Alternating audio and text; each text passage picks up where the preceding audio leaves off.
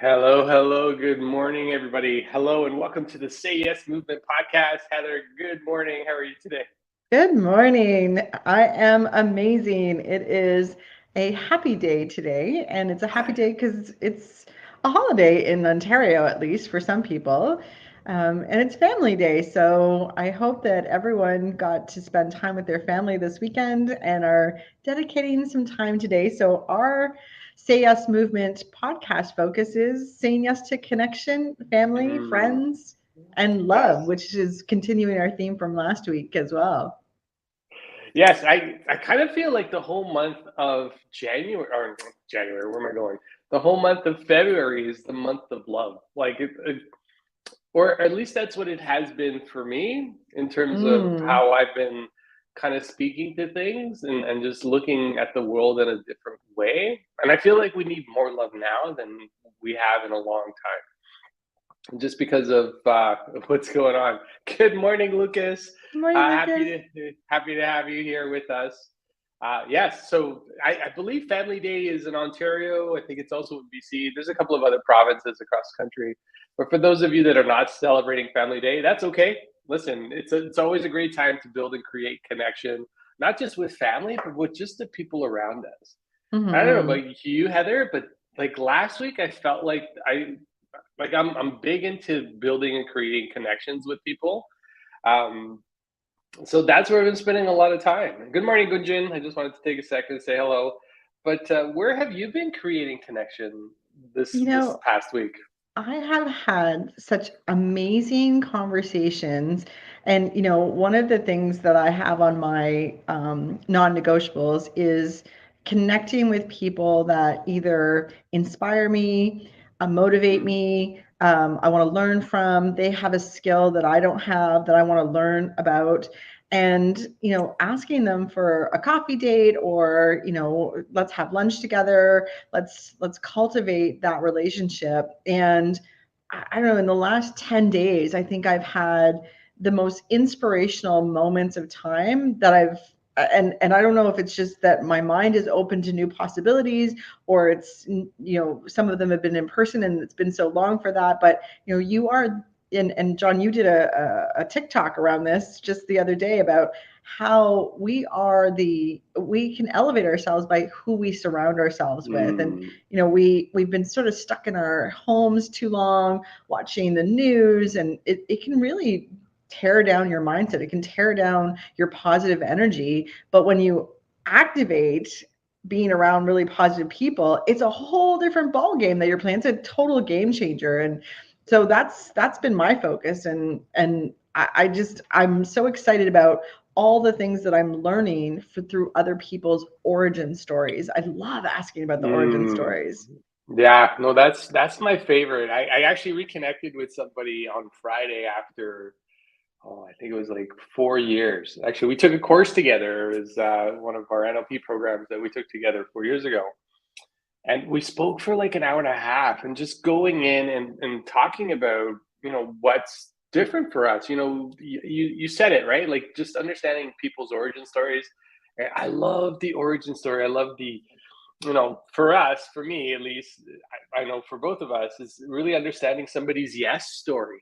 What made you Mm-hmm. say yes to a change and a pivot and a shift in your life that really changed everything for you?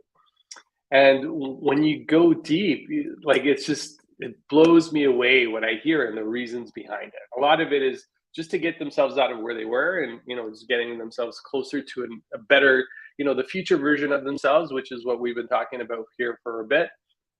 But really that pivot, that change to say, you know what, I want to create, and what I've seen as a theme for a lot of these people is just wanting to create a bigger impact in the world in a positive way. And that to me is like more and more people want to create a positive impact in the world, impact people in a positive way that's really going to shift and change what's happening in the world today. Because everything I've been listening to, and I try not to listen to the news, but we are at one of the highest, I think it's anxiety, depression, all these different states that are showing up like globally, right? CAMH did a Mm-hmm. big study on what's been happening here in North America. And there's high cases of like depression, the highest depression rates that they've seen in a long, long time. And it's funny because we're coming out of something that locked us in for 2.5 years. You would think that we would feel all free, but it's done the opposite. People have forgotten how to connect and really, even with teachers, they're saying kids are having, a bit of a struggle learning how to just do things together because they've been isolated in their homes for so 100%. long, right? 100%. We have lost the connection and the ability to know how to do that effectively. And part of that is because we've lost that connection to ourselves. We are, Mm, trying to stay connected on Zoom. People have told me the same thing, that they want to make an impact on the world, but then they also don't know how to do that. And, oftentimes, people are like, well, I don't want to be on social media. I don't want to make videos. And I don't want to do LinkedIn Live. And the answer is great. Do what you think is going to make a connection. In fact, that's actually maybe more impactful if you just reached out to 2 people a day, 5 people a day, and said, I'd love to connect and learn about your origin story, or have a coffee date, or whatever that might mhm. look like, because that's so meaningful as well. There's so many other ways that we can connect. But going back to what I just said about connecting to ourselves, we're always looking for that outside validation, and that outside validation isn't coming in the same way that it did before. So people are searching for this, and it's actually the wrong thing, this long place to search for that connection to yourself. In fact, you got to search inside as opposed Mm. to external validations. And that's part of the depression that's happening right now, is people are looking for outside ways for validation, and I don't think that's the right answer.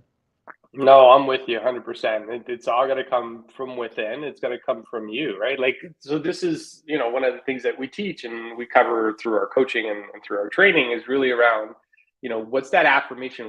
What's the language that you're telling yourself every day? Hmm. Is the language saying, I am good enough, I got this, I can crush it, I can do what I want to do? Or is like, today's a tough day. Oh, I don't know if I can get through today. Oh man, do I have to do this again? Right? Like, Hmm. so watching that language and the things that we're saying to ourselves end up creating the space in terms of how we show up and who we show up as. I think it's so important. Like, you just touched on something incredibly, like, connection to self, right? When was the last time you looked in the mirror and you looked yourself in the eye? Right? Because I think about some of these conversations I've been having with people, and one of the things I see people struggle with is just eye contact, right? Like everybody's kind of turning away to look for a second. And I'm not talking about doing it in a creepy way where like, what's going on with you? Um, but just in a way where you're making that connection. Because we know from a subconscious perspective, how we look at somebody in the eyes actually shows up in the way we are in confidence, how we show up, powerfully, genuinely, because it's hard to fake all that stuff when you're looking somebody straight in the face, You know right? what? Eye contact is a skill that's getting lost because we're on Zoom so much, because we're, reading our notes or looking at the screens. And you're right, people are sort of dodging away, but and you can practice this every single day. So Mm, you go to the grocery store, make eye contact with the person doing your groceries, the barista at the coffee shop. So it's not just in a work environment or just in a family environment. It's anywhere you are, making that eye contact. And the one of the things that we both teach when we're doing public speaking is connection with an audience. And mm. that connection with the audience, sorry, I gotta the This connection with the frog. audience is, right, is that's what happens first time talking in the morning, is when I'm on stage talking to, whether it's 5 people or 50 people or 500 people, it's looking at someone in the audience, making eye contact with them, and giving them a head nod to acknowledge that I see them. And what's Mm, really cool about that process is I'll spend just a few seconds with one person, but that one person, the people that are sort of in their vicinity also feel that I'm making eye contact with them. And then I just move to another section of the audience and I yeah. pause. And that pausing allows me to connect and bring that audience together.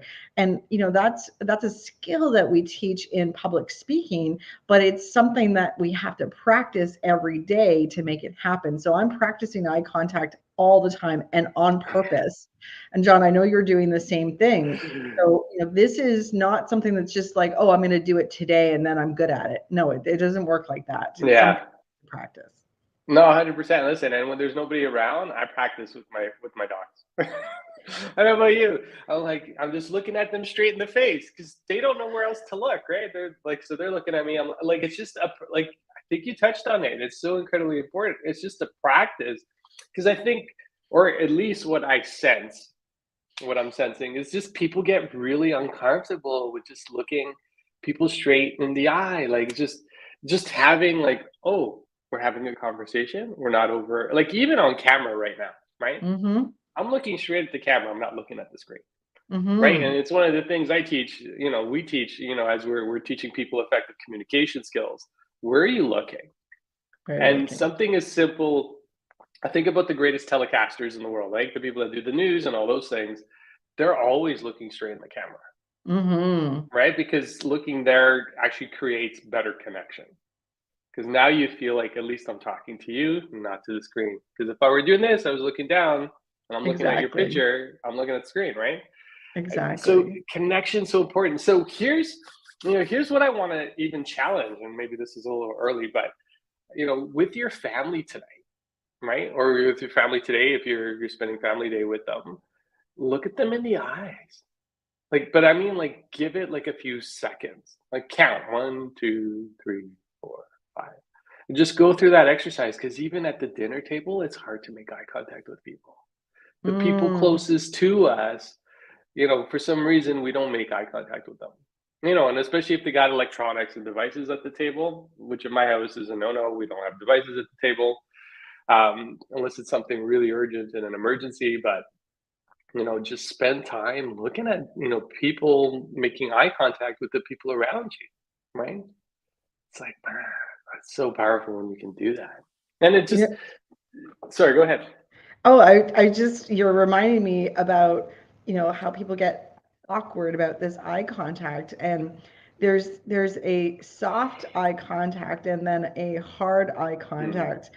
And so when I'm looking at someone and I look to their left, which is, well, to my left, and look just in one eye, looking to their left, that's a soft, loving look. So if you mm, want someone to feel heard, and here's a little tidbit, if you're in an argument and you want to be heard, look to your left, into the mhm, eyeball that's on your left, so they're right. But if you want to be heard in a different way, in a very abrupt, and this is the answer, and where there's no negotiation, you look in their other eye. And that is, and try it on with someone that will give you feedback, how they feel in that moment. And don't abuse this newfound information, yeah. but use it in a way that, if you need to tell your kids, it's that mom voice or that dad voice. This is the dad or mom eye contact hack. But if you want to be loving and supportive and connective today on Family Day, look to the left, look to their eyeballs on the left, and tell them, something amazing. Tell them, hey, do you want to play outside today? Do you want to do crafts today? Whatever's going to get them excited. And they'll be like, oh yeah, I want to do that. That's exactly what I want to do, because they're going to feel the love and the connection with you. So Yeah. It's funny you bring that up because actually there's a story that I have in and around this. I was pitching to a client, and I was sitting in an office with them, and I kept eye contact that way because it's an easier way of the mind saying, "Oh, this person feels safe. This person feels genuine. This person feels comfortable." Versus doing, and this is what I teach when I'm doing my career training and coaching. Just simple things as looking into one side of their eye. Yes, 100%, it's applicable with your kids. You got to make sure that the words and the body language that follows is also congruent. So what you're saying, you really mean. Because if there's any yeah. incongruency there, you're gonna see it. You're gonna feel it. You're like, something feels off. They're saying all these great things, and I'm sure if you think about some of the people that you've seen on stage, where they go out, they deliver these messages, but something doesn't seem right. Their body doesn't Mm-hmm. align with the wording that they use. It just makes you feel like, man, I just feel like they're lying. I don't know why, right? And it's because Mm-hmm. those two things don't match, right? So, for me, it ended up getting me the job because the person felt really comfortable in my space. We had a really great conversation. There was a bunch of other things that happened in and around it. But the eye contact piece, I think, is what shifted it because at the end of it, they're like, I don't know why, but I feel really comfortable talking to you.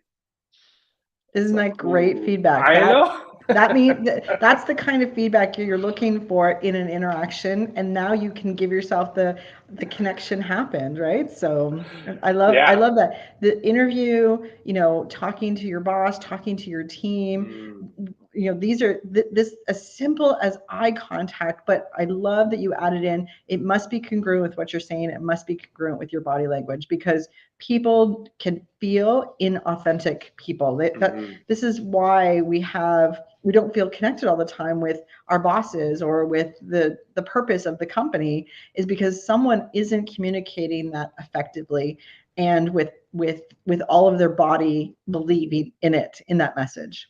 Yeah. Well, even the people that are listening right now, right? Like you're a new leader, you're an emerging leader, or you're a leader that's been around for a long time and maybe, things have kind of fallen off for you a little bit. Making that eye contact is a way of reestablishing trust and connection, Mm, right? And just try it, right? Like if you're building a team and you're doing interviews right now, instead of putting your head down and listen, I've done it, when I was doing interviews and at some point, I don't know, I think I was doing 30 or 40 interviews in a year, my head would be down a lot. And I would be like taking and writing notes. And I'm like, what am I doing? I'm not even making connection with the person. Like as they're trying to pitch themselves to me, I'm pitching myself to them. And it's like, do they really want to work with a person whose head's always down and in the sand and not really focusing on that? mm-hmm. And I think about culture from that perspective, environment, workspace, and who's this person? How are they going to show up every day?